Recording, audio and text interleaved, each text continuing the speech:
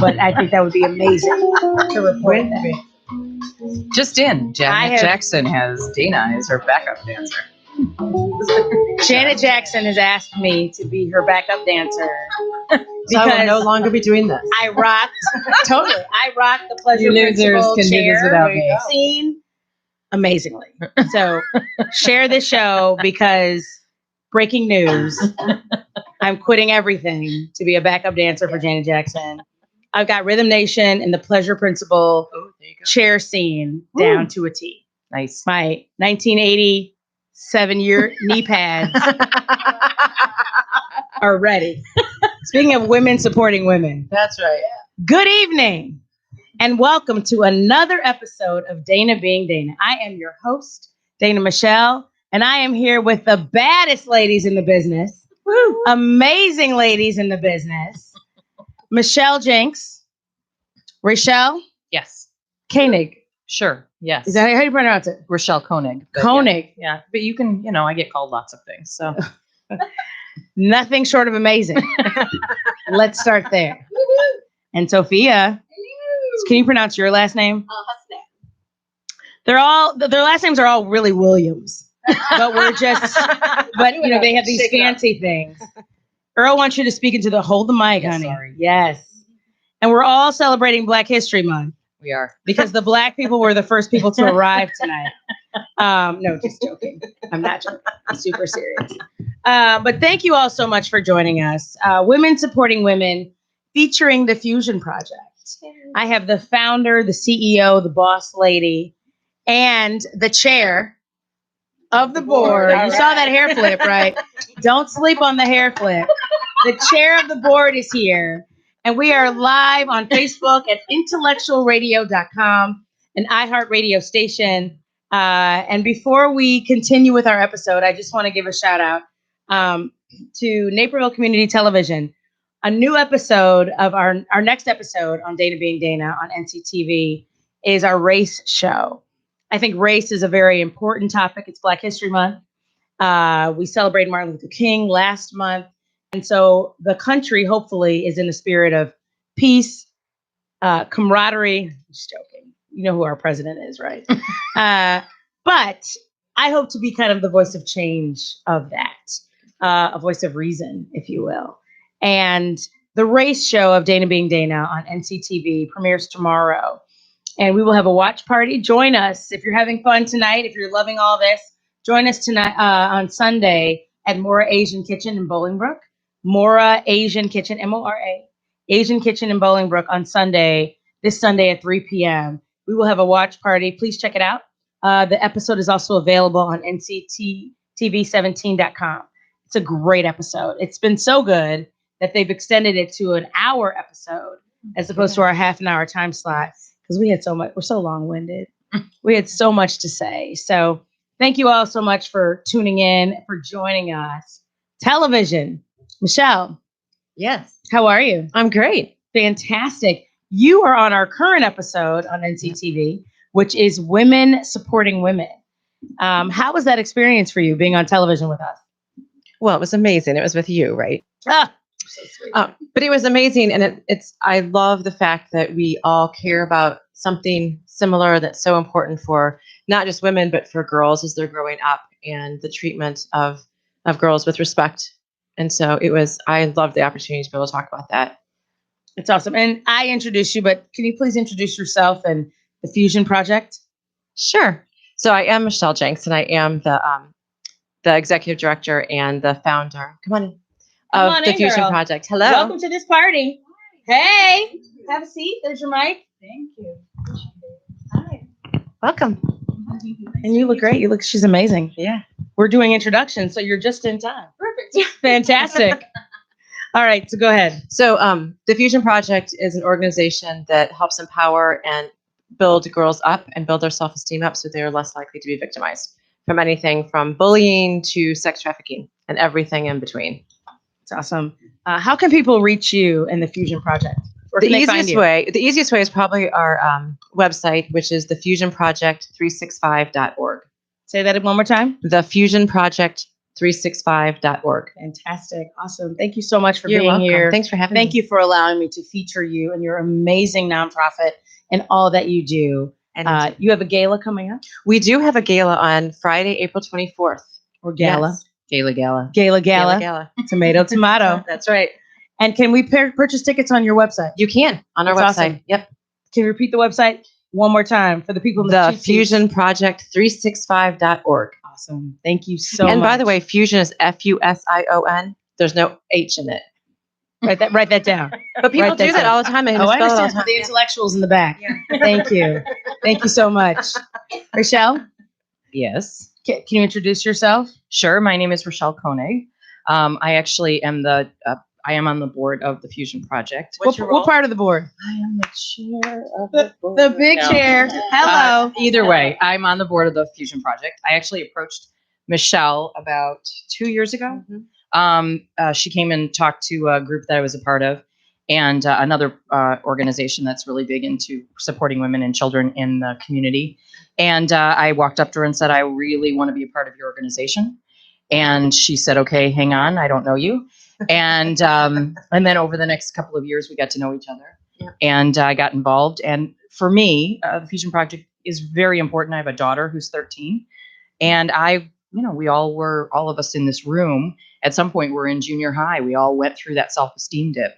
And it is really important for girls at this age, at this critical age, to have the level of support that they need and to have their self-esteem rise so that way they don't carry those issues into their adult lives. Because we're going to talk more about the mission of the Fusion Project and what it's all about, why the junior high age is so critical, and what happens to these women, these young girls who become women, when their self-esteem, self-confidence is not addressed.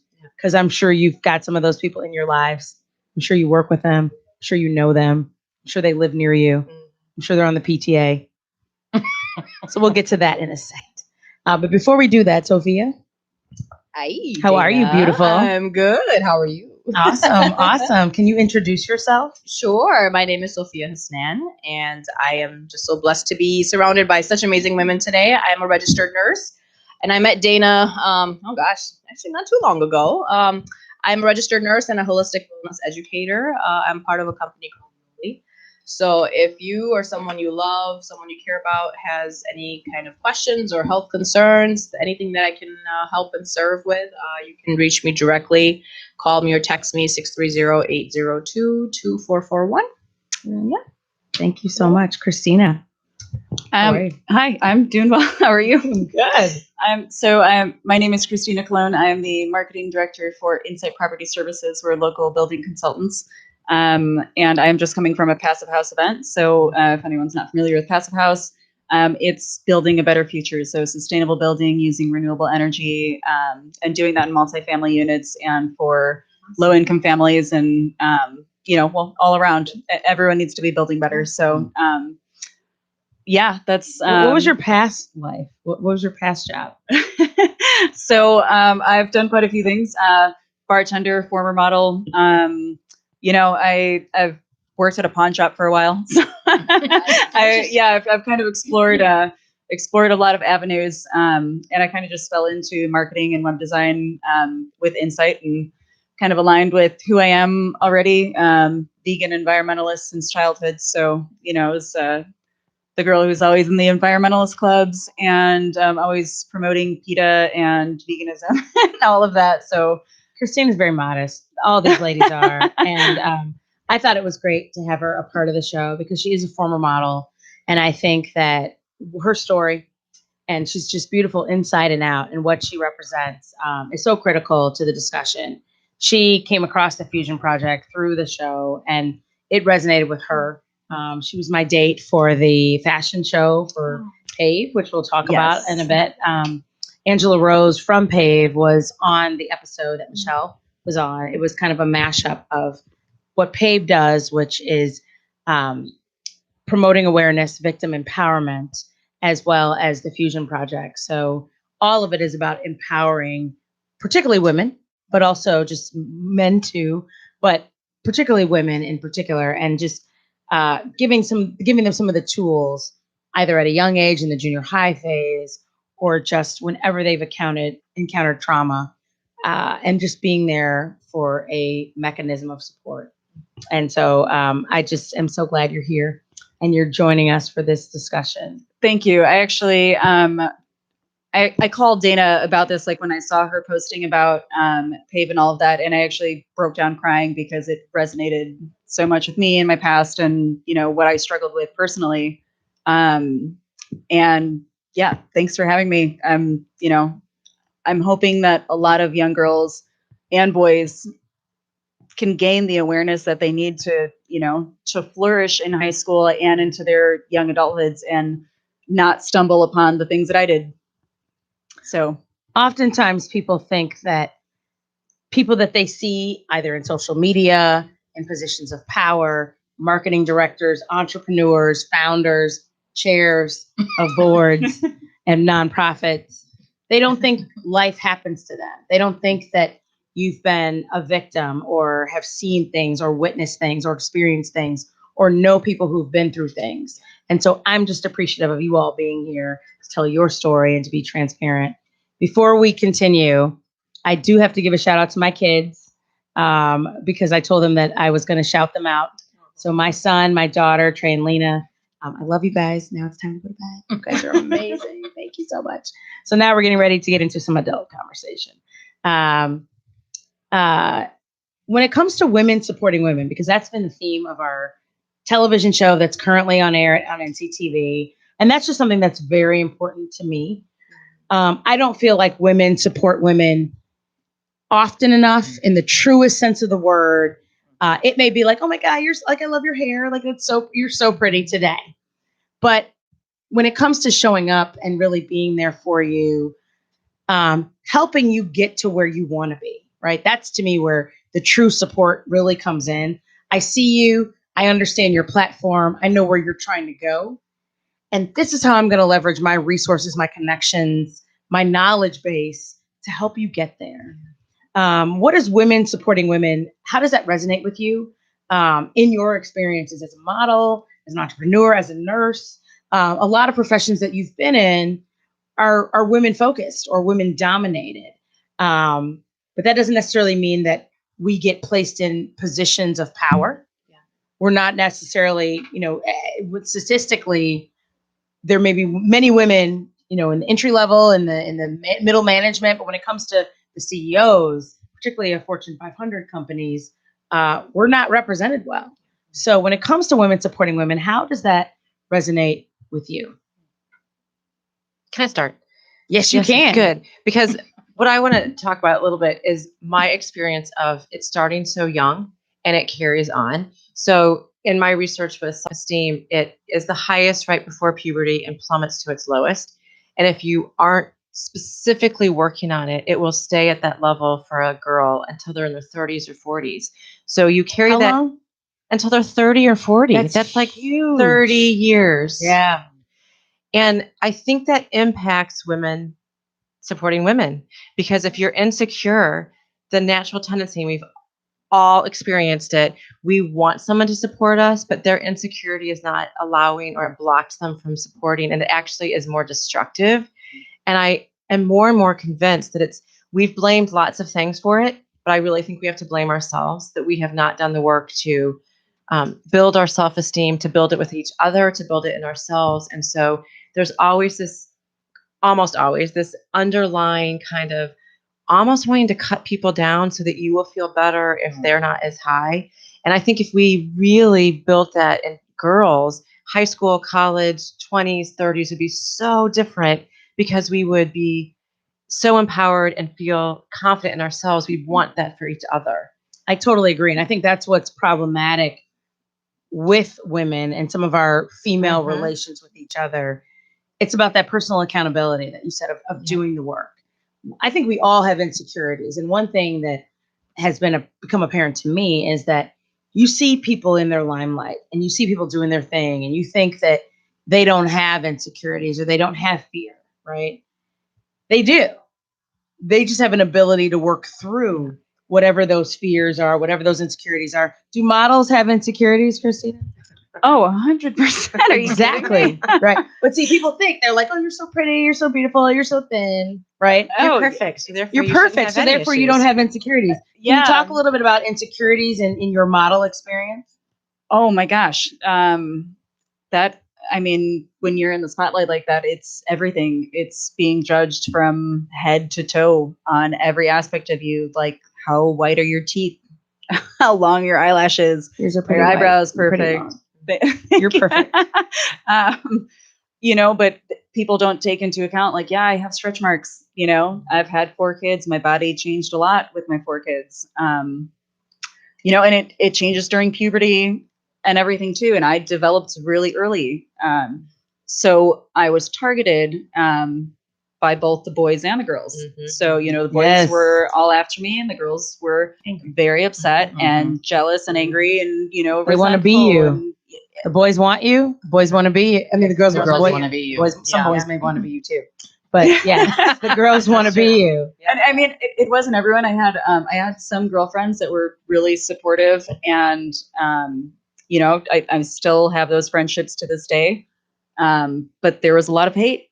There was, and then So sad. you start to get that into your own head, and you feel insecure about yourself because of that, and you can't, like, you have no decision what genetics you're gonna get. Right. Right. I could not tell what the size of my breasts were going to be when I was in 6th, 7th, and 8th grade, but they were much larger than everyone else's. So it was kind of a targeting point. Mine were Kleenex, by the way, but now they're real. I But like it's that. but it's I want true. to try that. And and I think what people don't fully realize, and I think this is a huge life lesson, is understanding the power of projection. Because at that age, you don't understand why people are coming at you.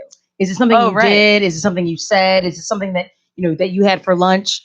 People just project on you because you're you, Right. and because they're not you, or they're not who they want to be. It's their insecurities coming through, and we do that if not addressed. Right? If you don't do the work, we do that as adults. Exactly. Well, and then you start doing it to other people too, because that's, you're getting that. So Yeah. then you start projecting that onto other people, and it's this vicious, endless cycle. And it becomes a big world of projection. Yeah. And we call absolutely. that politics. Well, when you think about, like, even with models, you think about a girl who is 11, 12, 13, 14 right now. So I think about when I was that age. We didn't have social media. I didn't have access to as much messages as girls do now. So think about how hard it is as an adult woman to maintain your self-confidence, as confident as we all are, with all of the messages that are coming at us on social media, in movies, in magazines, in how men react to us, and so forth. And then think about yourself as the 11 or 12 or 13-year-old girl who has to deal with that all the time, constantly, with Facebook or Instagram or Snapchat or TikTok or whatever she's on. There's all of these messages where she's being evaluated and told that her worth is what she looks like, Or her likes. or her likes. Or the likes in the comments. And how that is so hard. In addition to the natural dip in their self-esteem, then they've got society and the world telling them what they're supposed to be. Right. I can't even imagine. It's so true. And that's why it's important to make sure that you set the right context and make people understand, what a lot of times people put their best foot forward on Facebook. Yeah. Merry Christmas, but they don't talk about what happened after Christmas and how parents got into a fight, or kids didn't get what they wanted, or there was yelling and screaming going on, or in-laws were acting up, and I'm not saying that I don't wish that on anybody. But the thing about it is that having the context and understanding the power of projection, and how your insecurities feed that projection, right? It allows the projection to exist. And that's what's so problematic. And that's why organizations like the Fusion Project are so important, because they help young girls understand that those differences, those nuances, and give them a sense of self-worth, to enable themselves to navigate that. Because a lot of times people are hurt and they're broken. And a lot of times people spend their lives dealing with their hurt, navigating the pains of their childhood, right? And whether you do it successfully or not, kind of shapes you into the adult that you are. Yeah, absolutely. So let's talk about the mission of the Fusion Project. Can you tell us a little bit about what it is? Yes, it's really to empower girls so that they feel confident. And I feel like there's a difference between self-worth and self-confidence. We've had that conversation, Yes. but I can But I kind of would love for explain you- that a little yeah. bit. So self-worth has to do with how you feel about just your worth as a human being. And that gets knocked down or raised up by figuring out just who you are outside of relationships and all those things. So But- self-worth, let's pause on that for a second. It's what you personally think of yourself And your worth as a human and being. your worth. So that is very impacted up till junior high by parents. Parents are the ones who help us find that self-worth. We model after them and reflect. You talked about projection. Part of that is a good thing, supposed to be, that you get from your parents, that you get that worth from them. And sometimes that's the attention that your kids give you. So that's Yes. why it's very important when your kids are young to make sure that you invest the time, Exactly. the energy, Exactly. the being present, Right. being there. Like what you just posted this week about taking some time to take your kids to a The museum, the we went to the museum, Shed Aquarium. and how you have to Heard come that? home and then Go to sleep. and you had to get home and then work to make up for the time you were gone. But that is so worth that investment at that time. And I think if I could talk to parents, I would say, Just take the time. take the time. They need you. When they're in junior high, they are naturally looking outside of their parents for that. And so it turns to friends, it turns to coaches, it turns to other people. And unfortunately, for us in our society today, it turns to predators. It turns to predators. It turns to the people of the opposite sex. Yes. It turns Yes. to people who give us the attention we feel like we're missing. Right. Absolutely. Absolutely. Absolutely. And, And if often our- those predators Exactly. know exactly Exactly. what's missing. And so why wouldn't you go after the people who have the lowest self-esteem? In that moment, they're so much more vulnerable and easy targets. So of course, predators, and it can be predators of the same age. It can be adult predators. And so it's super important before they get to that age and during that time for them to find their worth within themselves, to not just take it from other people, but to find it. Confidence is is your confidence in the ability to do something. So I was just thinking, I wrote a chapter in a book, and in it I talk about that. I was trying to figure out how, I talk about that because confidence, I was really confident in some skills that I had.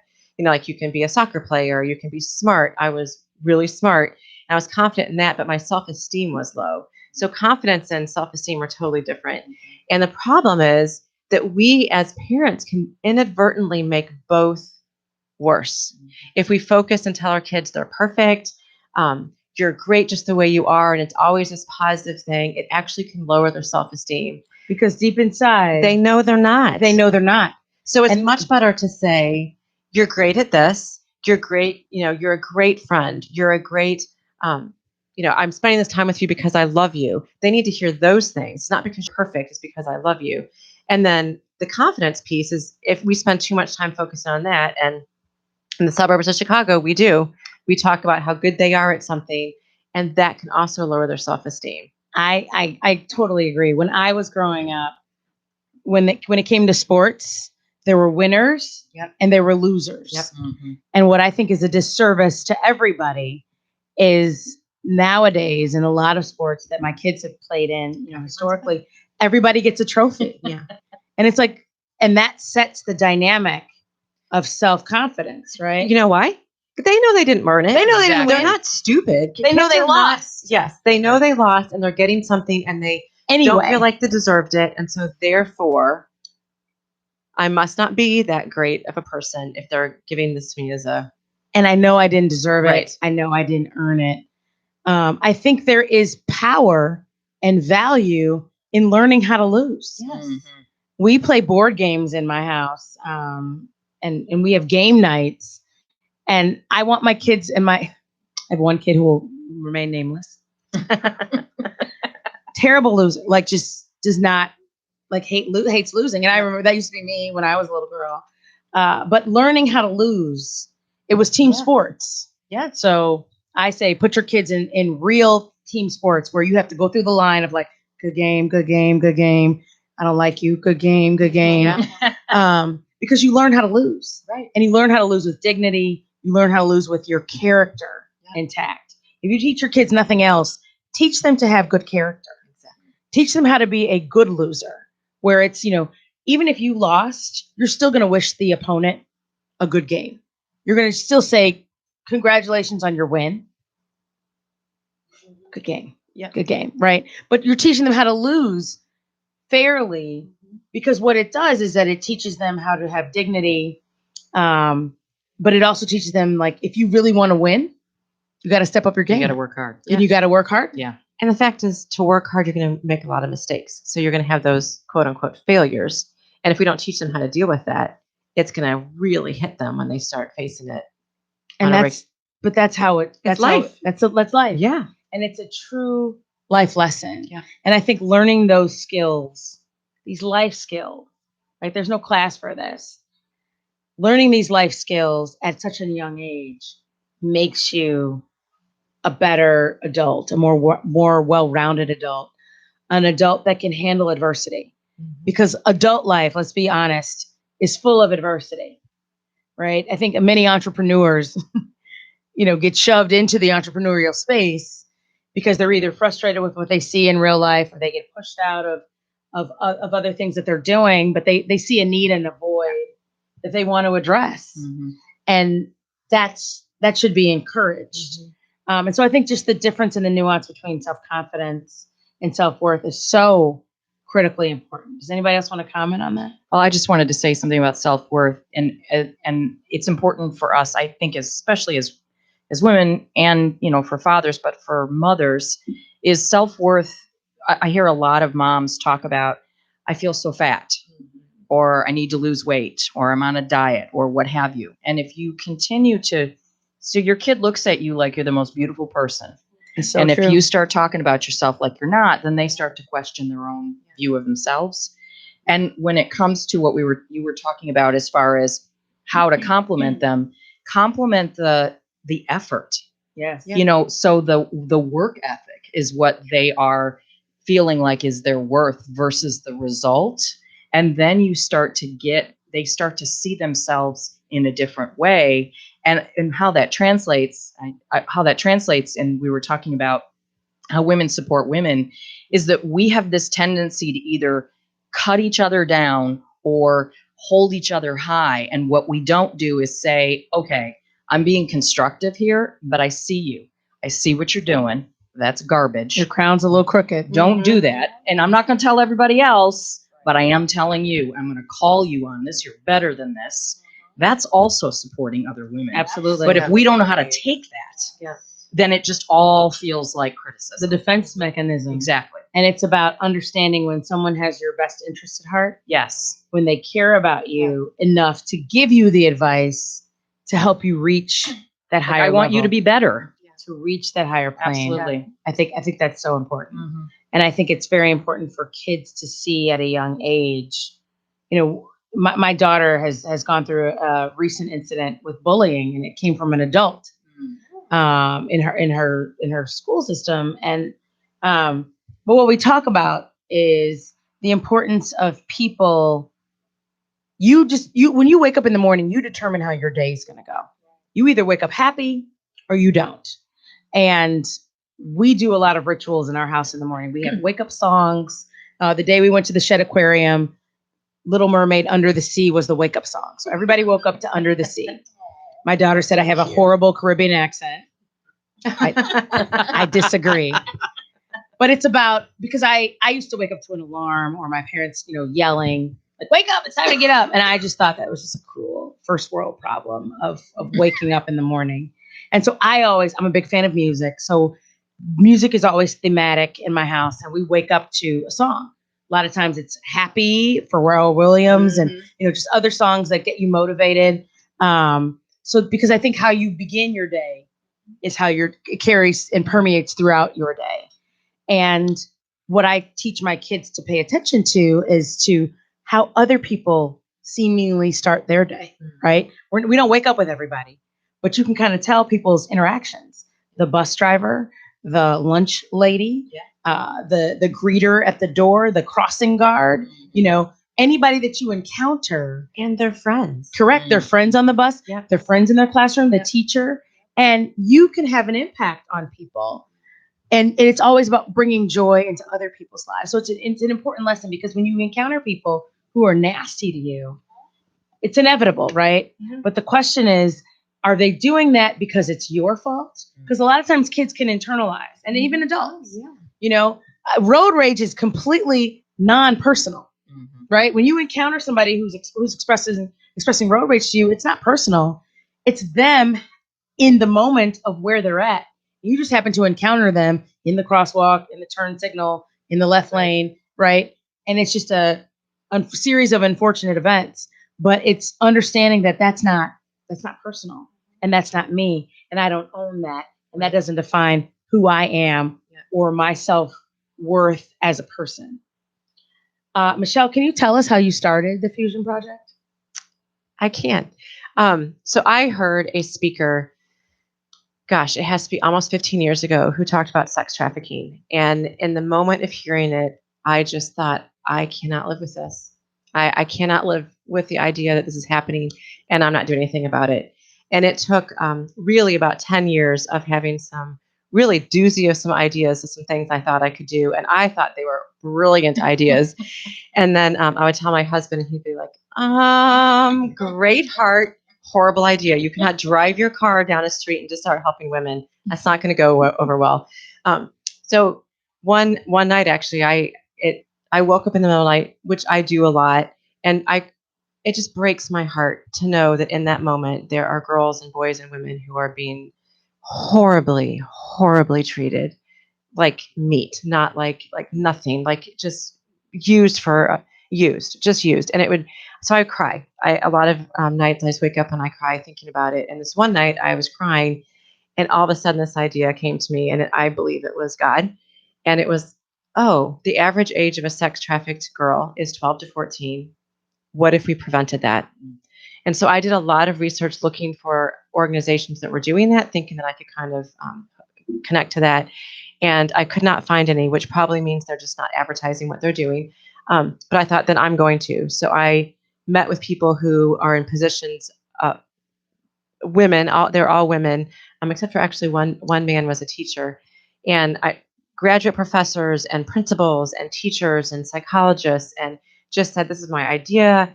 And they all said, oh my gosh, this is so needed. You have no idea. And then as I researched, I realized, now I understand how much it is. And so my goal was really to really thwart sex trafficking and do as much as I could to lower the number of girls who'd be at risk. But what I've realized is that in doing that, it was sort of like the far reaching was what I went to, and everything on this side of it, I'm also helping, because low self-esteem impacts everything about a girl's life. Every decision. And it sets them up to look like a victim and to be targeted. It's never their fault. I'm going to say that a million times over. It's never the girl's fault, but there are certain behaviors that predators look for, and low self-esteem can elicit those behaviors. Because low self-esteem, and I just want to pause on this for a minute. Low self-esteem can impact not only your relationships with people of your desired sex, right? So if you're a woman, you like men, the opposite sex, but it also impacts your ability to relate to people of the same sex in non-romantic relationships. Yes. People who are insecure or who have low self-esteem can have difficulty relating on a platonic level. Yes. And if you have difficulty relating on a platonic level, guess what? You don't have a whole lot of friends. Right. And when you don't have a whole lot of friends, that makes you what? Prime for predators. Yeah. Because they see you out alone. They see you not having any friends. They see you lonely, which And makes even you a if you're prime target. Even if you, sorry to interrupt you, but even if you're with people, we all know bullies, right? We all have experienced bullies. There's a reason why they choose who they choose. And there's a reason why they stay away from who they stay away from. And it has to do with whether or not they think they're going to win and get what they want. And predatorial behavior, it doesn't matter if they're 5 and a bully, or they're 40 and a pedophile or they're a pimp and they're looking to traffic somebody. They have the same mentality and the same look for what they're looking for. So true. And so that it's that whole self-esteem and how we behave and how we see ourselves is making an impact now, especially with sex trafficking, because sex trafficking now is peer-to-peer. So they're using a couple years older person to then befriend. So I'm 15, you're 13, I'm going to befriend you, I'm going to hang out with you for a while. And because it's such a huge industry and you can make so much money, they're willing to go slow. So I'll befriend you, I'll hang out with you for a while until you really trust me. And you I'll think take this you- is a real friendship, Real That true you friendship. think that somebody's actually interested in you and Yes. wants to know you. and you're excited because guess what? Now I have a friend. Exactly. Or some boy Or is someone who's interested in me. Yes. And then one time you don't come home. And that's happening over and over from high school to junior high, from college age to high school. And And that's what I think is so important, because I think what people think is that this is like someone stole them off the street. correct. Yeah, like you're in a walking big down the van street, and they pull kids off the a street. big van from Yeah. Back to the Future and like a Borat like sack bag. Right. And they're stealing you like Pamela Anderson. Like that's not what happens. Yeah. It's the grooming. It's the Mhm. grooming. It's the friendships. Yeah. Like pay attention to who your kids are friends with. Pay attention to who they're hanging out with. Yes. Do you know their parents? Do you know what their lives are like? Are you really getting to know the people that they're really hanging out with? Because that's where the trafficking is happening. Exactly. It's And not. we have to teach them how to make good decisions. Right. We have to teach them what a healthy relationship looks like. And when I speak to high school students and I say, would you ever hang out with a junior higher? And they laugh at me. And I'm like, then if a college age, whether they're in college, but that age is befriending you, you need to ask yourself why.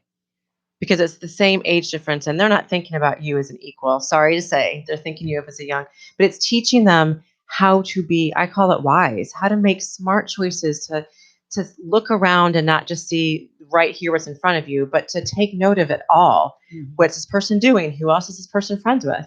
I talked at a high school in the midst of the talk I was giving, there was a group of girls who all realized the same guy was grooming them and they freaked out. Right. And, part of it is, I hate to say, don't use drugs. That's one of the ways they're using it. If you hang out with someone and you're getting high, you're an easy target because you've now befriended them and you don't think there's any issues. And there's all these things that there's a reason why we tell kids not to do certain things. And it's not just because we don't want them to have fun. Now it's really because there's serious safety issues. Yeah. And even if it's just date rape or something like that, we're wanting to prevent that by teaching them how to make wise choices.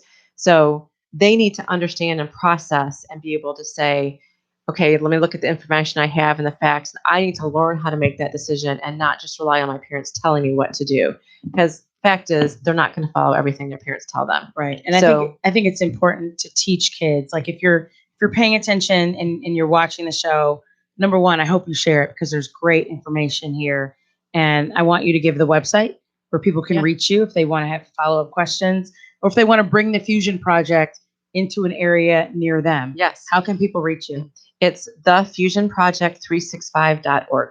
365. Yep. 7 Every days day a of the week. year. That's right. 24/7. And Michelle does go and talk to groups about this. I think it's really important for parents to know what's happening. I think it's important for kids to know what's happening because for some of these young kids, they're not looking to their parents for guidance anymore. That second family is so important to them. And they're really working with their own friends. And for young kids in this program to start to be able to see the signs of another kid who is insecure. Because I know as an adult, and I think I said I have a 13-year-old, I can see which of my daughter's friends are less secure or less confident than the others.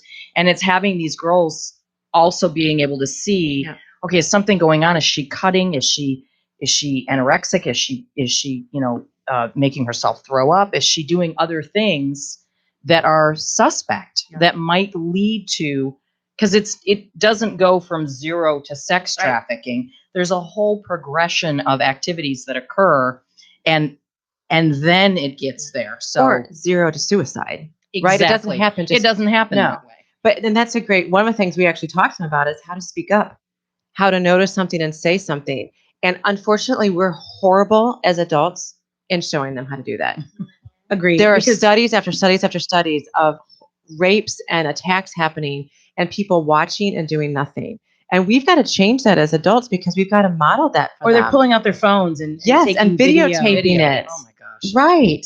It's incredible to me how people allow that to happen.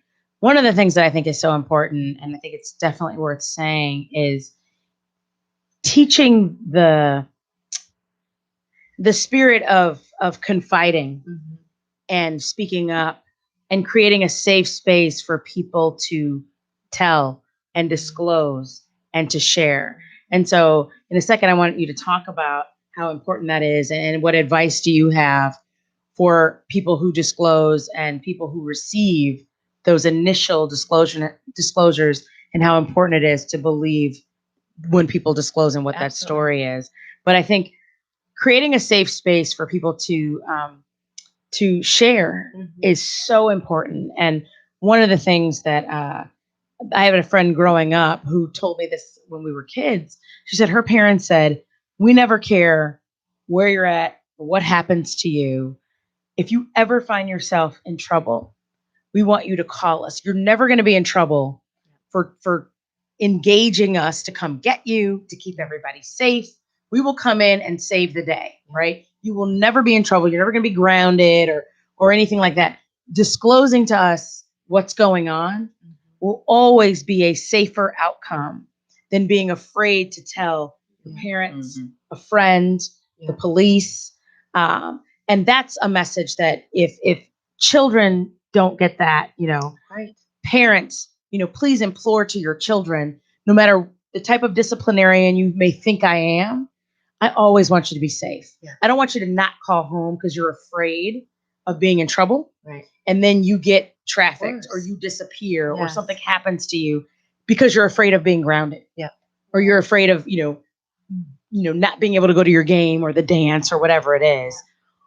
Always take the road of being in a safe space with people who can help you, who can truly support you. And I think parents have to make sure they keep that level of dialogue open with their children to make sure that they feel that they can always come to you no matter what.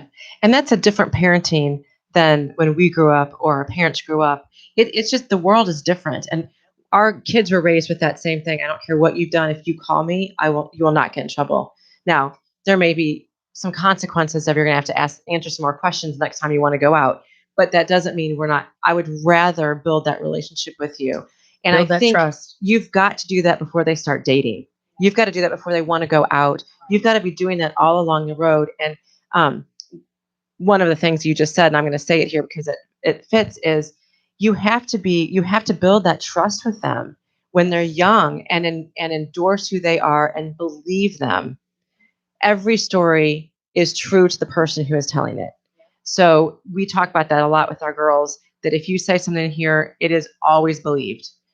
Now, we may ask some more questions to get more information, but it's your story and we're going to endorse that. And if parents have that with their children at 5 and 6, and they teach them the difference between kind of make-believe and truth. And so when you're telling me a truth, I'm going to believe you.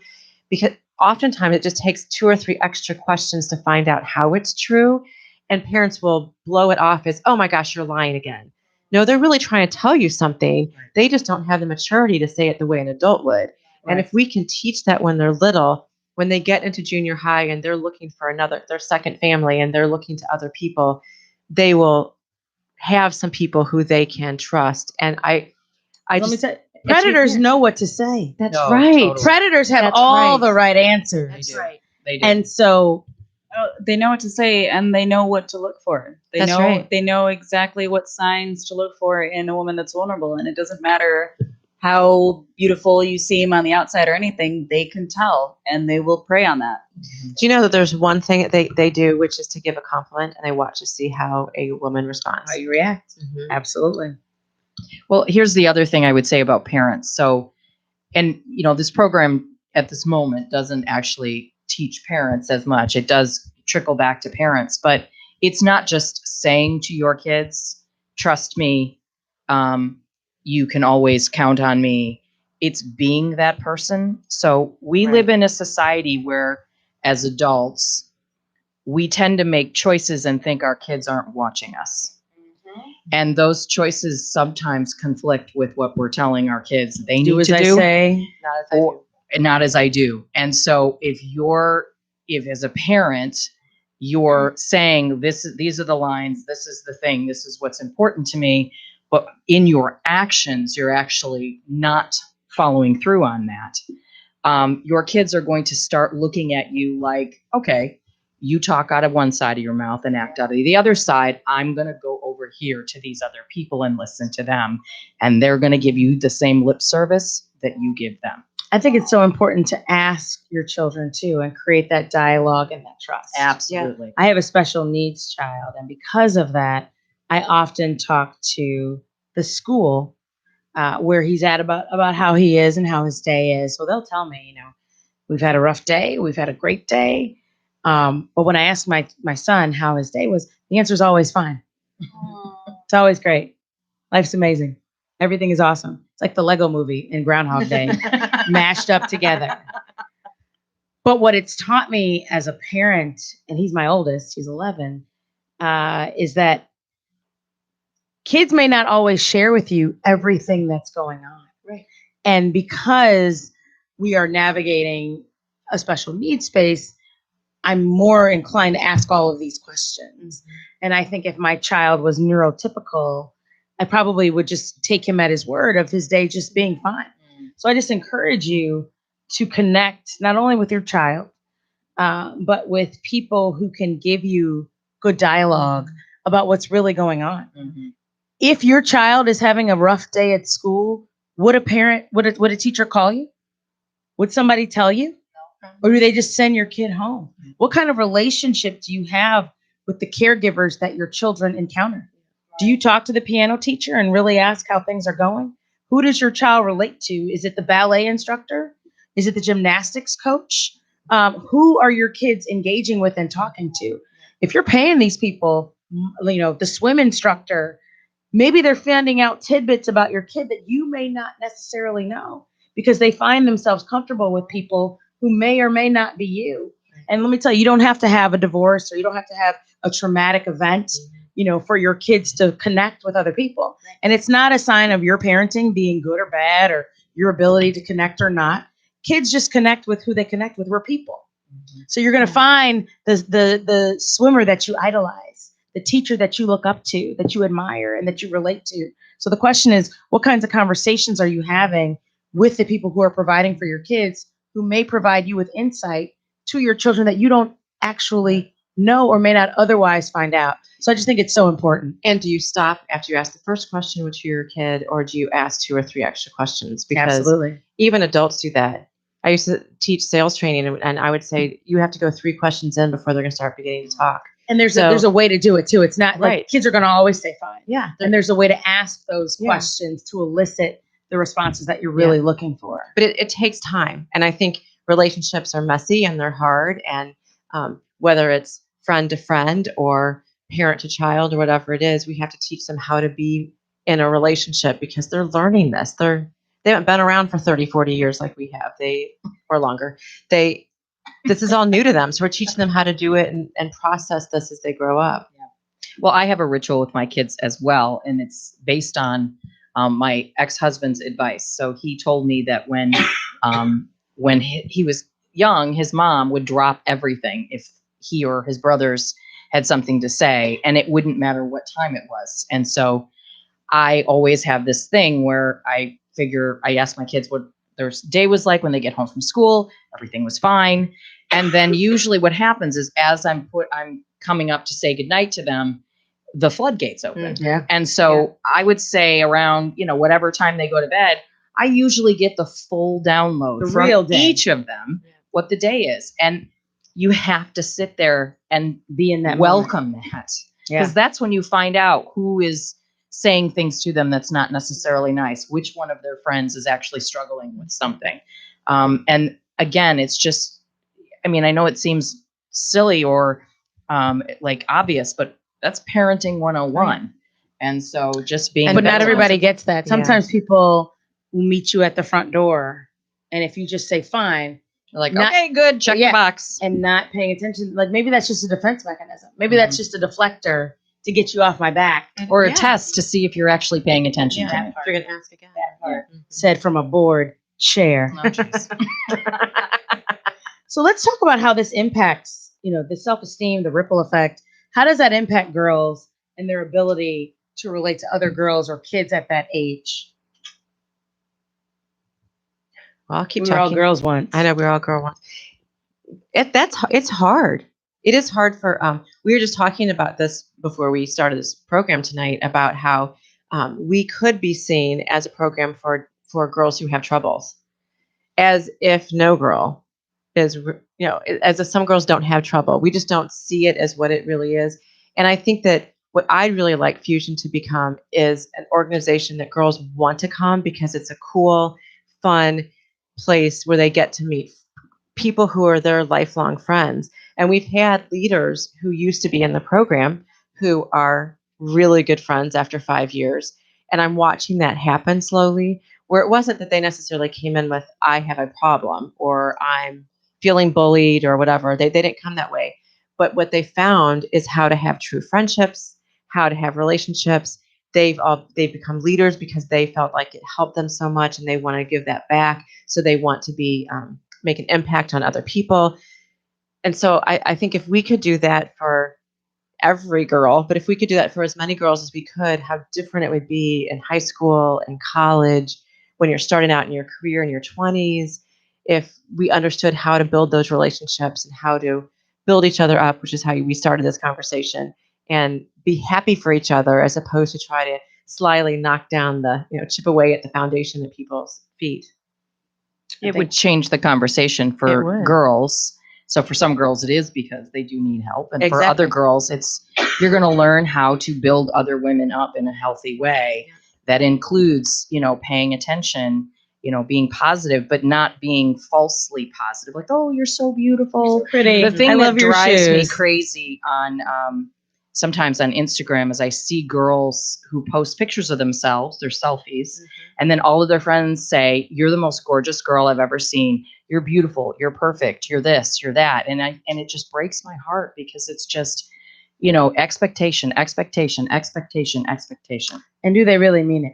And do they really mean it? No. It's just Well, not every girl is the most beautiful girl in the world. It's right. right. You can And say then that on girl's my looking Instagram. at it like, how many people say, They're how paying many likes attention did to I that. get? How many people say Yeah. I'm beautiful? This person didn't say I'm beautiful. Do they not like me now? And I mean, then it's just the like good gaslighting God. of the people who say that and then who treat them differently. Right. Yes. Wait, you said I was You said I was the most beautiful girl, Mm-hmm. and then you're dissing me in real life. Like you're not nice to me in real life, but you said this. So now what do I have to do to get you to say that again, to get you to live up to Right. what you said? I mean, Right. it becomes a vicious cycle, which leads me to my next question about how does this impact these same girls who become women? We talked about their relationships with other girls, but how does it impact their relationships with other women? Because I see that to be incredibly damaging, because not only are these women having negative and unhealthy relationships with other women, they're now becoming mothers. Mhm. And they're becoming mothers of boys and girls. Mhm. So not only are they having difficulty manifesting within their insecurities to relate to other adults, but they're also imparting this knowledge or lack thereof to the next generation. Oh, well, I mean, I can personally say from I got pregnant at 18, had my first kid at 19, and it was exactly that. It was a guy who was giving me all the attention that I thought I wanted and needed, and it's never a good idea to have a kid that young, and it doesn't matter what somebody is telling you, like put off school. Yeah, this will be great. This is a great idea. It's not. And if you don't have that self-confidence and that self-awareness, you believe that, and you go with it, and you end up falling down a rabbit hole. And I struggled for years. If it wasn't for my parents, I would have been completely lost.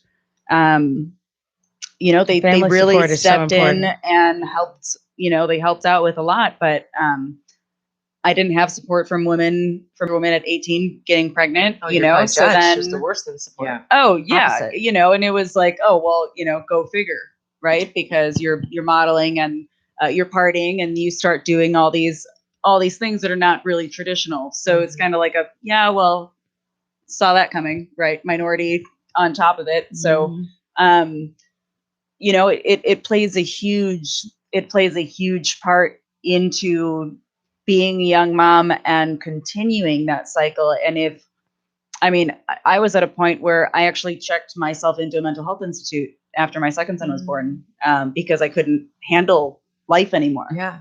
And that was a real wake up call for me. I was like, I really need to address my past, everything that's happened and what led me to this point and how I can turn it around, because I don't want my kids going down that same path. And that's what I love about your project. If I had that assistance and that guidance myself, I think I really could have prevented a lot of the self-destructive behavior that I did as a result of it, as a result of being insecure and trying to live up to people's expectations, because they're constantly telling you, oh, you're so great at this, you're so beautiful, and then when you don't live up to those expectations, you feel like a failure.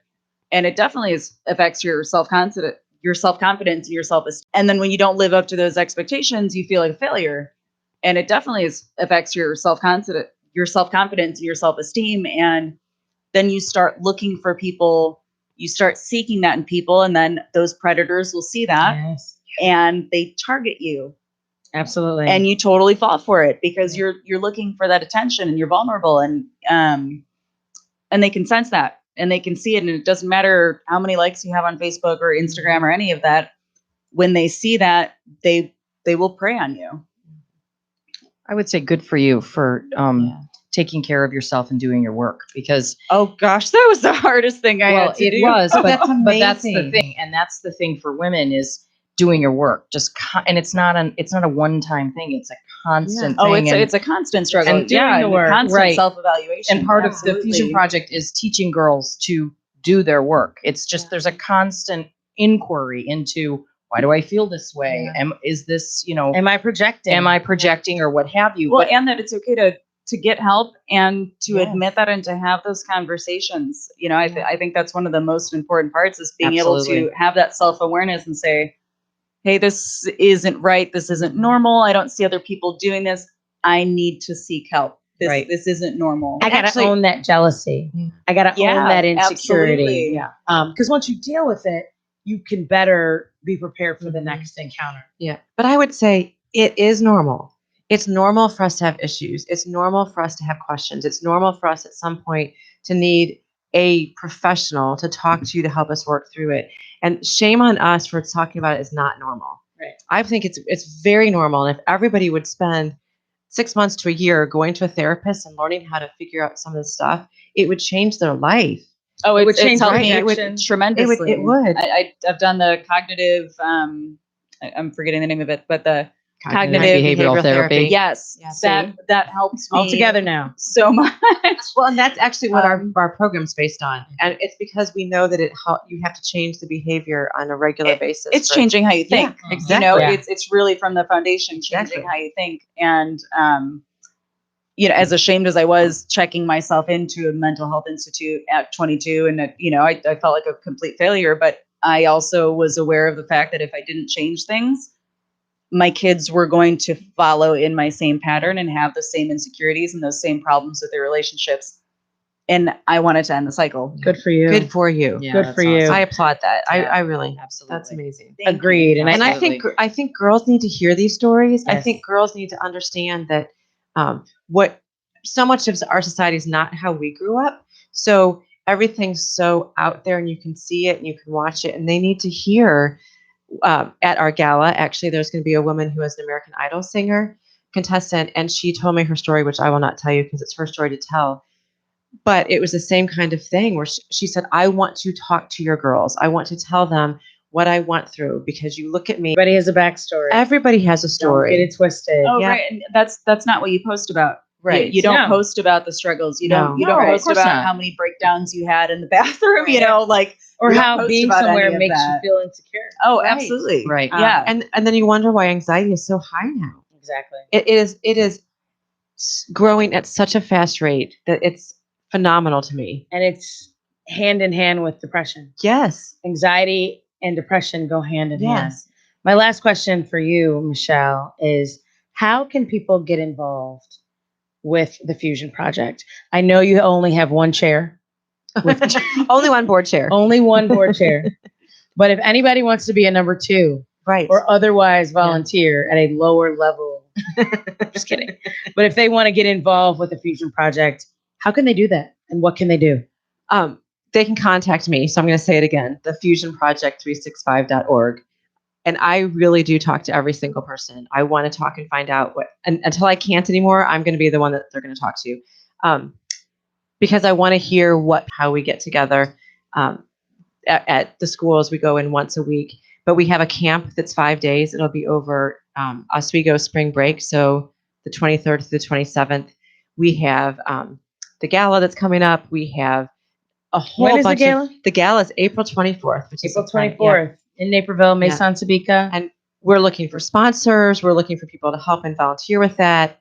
To And donate. Maison Sabika has excellent Oh my food. go's, Maison I mean, Sabika. We're all going to be there. It's going to be a amazing. great night. It's We're going to have a great amazing. time. Yeah, we've got some awesome. The other thing that people can do, one of the things that we're starting to do is kind of do these a bit of a grassroots movement of having these meetings at houses or in neighborhoods where we can get some of the moms together, even some of the dads together, or people who are concerned, and have them learn more about the issue, have this type of discussion, have them understand how, predators use shame as a weapon against these young women, and have them get involved, but also, to be blunt, also help support the organization financially. Right. Because the way that this happens and the way we can bring this to more and more schools is so that way it's sponsored and we can have a leader, we can have the programming and so forth.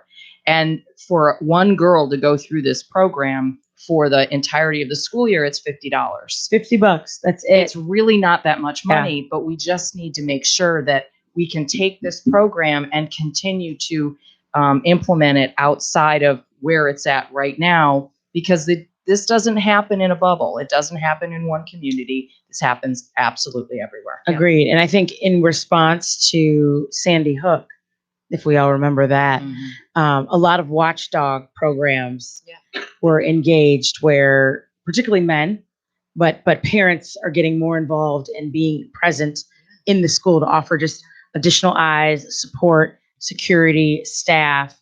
That's a great resource to connect with too. So again, if you want to join the Fusion Project, if you want to volunteer, not only for the gala, April 24th at Maison Sabika, but also if you want to campaign for your own board chair seat, or otherwise support and volunteer, it's the Fusion Project, FUSION. That's right.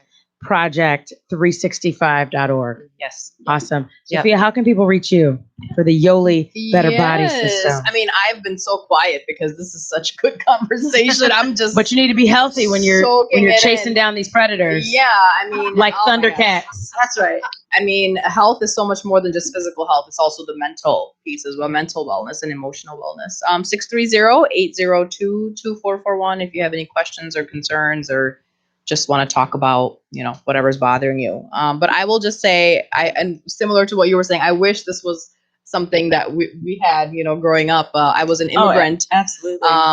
I was the only Muslim girl in my school, moved to the U.S. in 7th grade, and it was tough time. And I moved to the U.S. right before 9/11 happened. So the bullying and it was rough. And obviously my mom didn't know about all these things that you're teaching parents now. And so I'm so thankful for everything you guys are doing, because that's why I'm just soaking it all in. It's just amazing. And I definitely want to be a sponsor at your event. So well, I think too, like coming from as a minority, and coming, I'm first generation here myself. So it's a huge cultural difference, and you have such different cultures, in Puerto Rico, things are totally different than they are here Oh yeah. as well, Yeah. so there's things that are that you need to be aware of when you're living in America, that it's not going to be exactly the same in other countries and where you're from. So it's also bringing that awareness. And on that aspect, on the nutritional side of things,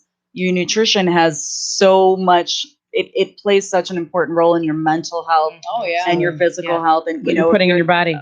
Absolutely. If you're not, it's just like what you're feeding your mind.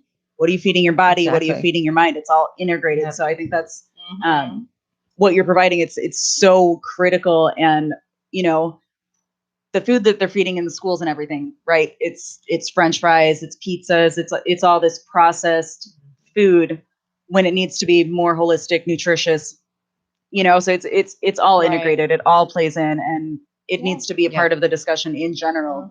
Take care of yourself, take care of your community, take care of each other, support each other. It's so true. Yeah. This has certainly been food for the soul. I appreciate you beautiful ladies for joining me for this episode. Time flies when you're having fun. Thank you all so much for tuning in. Thank you for sharing the show.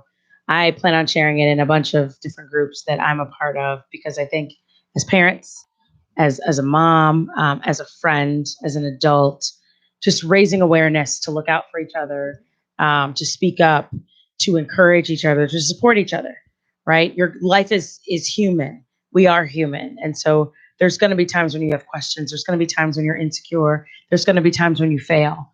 And it's who's there for you in those weak moments to lift you up in a positive way, fix your crown, or to make you susceptible for predators.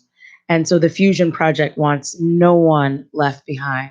So thank you all so much for being here. Thank you. We've got the founder and the board chair here for the Fusion Project. We've had a good time. It's been awesome. And I'm missing a shirt. I came in. We're gonna wear the shirt. I'll get you one. We got a rap party to go to. Thank you all so much again. Sunday, the race show on Dana B and Dana, Naperville Community Television, Mora Asian Kitchen in Bolingbrook. We're gonna have a great time. Join us at 3 p.m. Next week we'll be on site for a special edition of Dana B and Dana. We're talking about relationships, the Spellhouse singles. You'll see more information about that on my social. The date for the Fusion Project Gala, April 24th, Maison Sabika. So thank you all so much for tuning in. I do not promise to be an expert, nor do I have all the answers. I'm just Dana being Dana. See you next time.